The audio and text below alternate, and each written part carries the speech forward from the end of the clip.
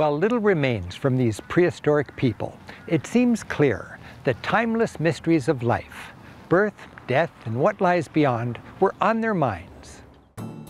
From the very earliest times, the most common art created was small statues of women. They have long been called Venus figurines. Across many ages, whether lean or bountiful, these have similar features: arms folded, generic faces, and stylized breasts and pubic area. By emphasizing a woman's life-giving traits, they were likely fertility symbols, perhaps worshipped as a way to gain Mother Nature's favor for having a child, a good harvest, or rebirth.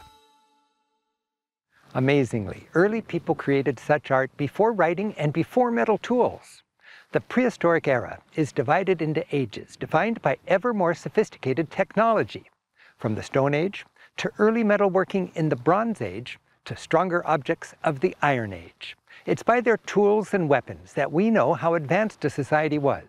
And as prehistory progressed from stone to metal, art also took a step forward. The so-called bog people, whose bodies, weapons, and treasures were preserved in peat bogs, give us an intimate peek at prehistoric lives. As early people believed the gods lived in the bogs, that's where they tossed their sacrificial offerings.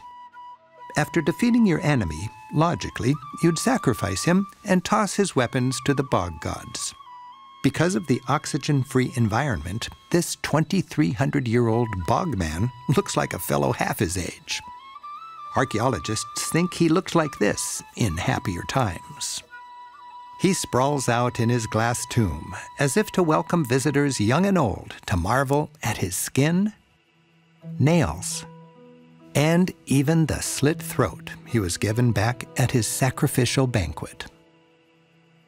This elderly woman from Denmark, whose coffin, carved out of an oak tree, was preserved in a peaty bog, must have believed in an afterlife. Imagine her loved ones tenderly placing these precious possessions with her. Still wearing her original wool blouse, she packed a finely carved horn comb, bronze jewelry, and a dagger. Despite their simple technology, early people created some richly decorated objects. All of these artifacts are unnecessarily beautiful and ornate. The creative spirit of humankind becomes evident very early on. These were ritual objects made by sun worshippers. This chariot of the sun from Denmark illustrates how the sun was dragged across the sky by a divine horse.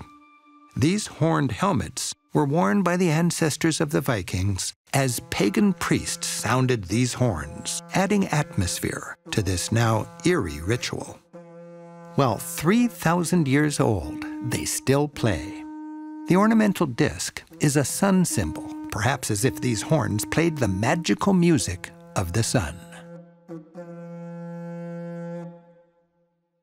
From Ireland to Greece, these early societies invested in art. These precious artifacts, from golden jewelry to finely decorated implements of daily life, are more reminders that those earliest Europeans had an eye for beauty and a passion for art.